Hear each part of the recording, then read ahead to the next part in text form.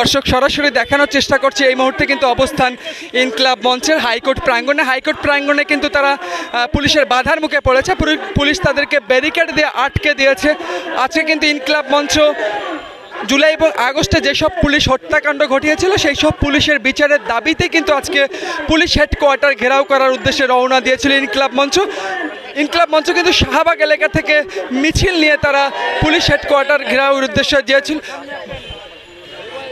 উদ্দেশ্যে রওনা দিয়েছিল। ইতিমধ্যেই কিন্তু তারা হাইকোর্ট প্রাঙ্গণ এলাকায় পুলিশের বাধার মুখে পড়ে ব্যারিকেড দিয়ে কিন্তু পুলিশ তাদেরকে আটকে দিয়েছে।